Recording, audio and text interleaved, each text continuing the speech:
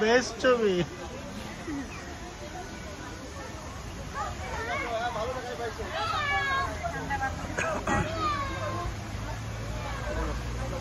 explore করতে না এটা আগে এক্সপ্লোর করে গেছি এটা মনে একটা স্থাপত্য হ্যাঁ বুঝতে পারছি দেখে বুঝতে পারছি আমি এটা আগে এক্সপ্লোর করে গেছি বেটা আমি আর তো ভাই যে ঘুরে এখানে বসবো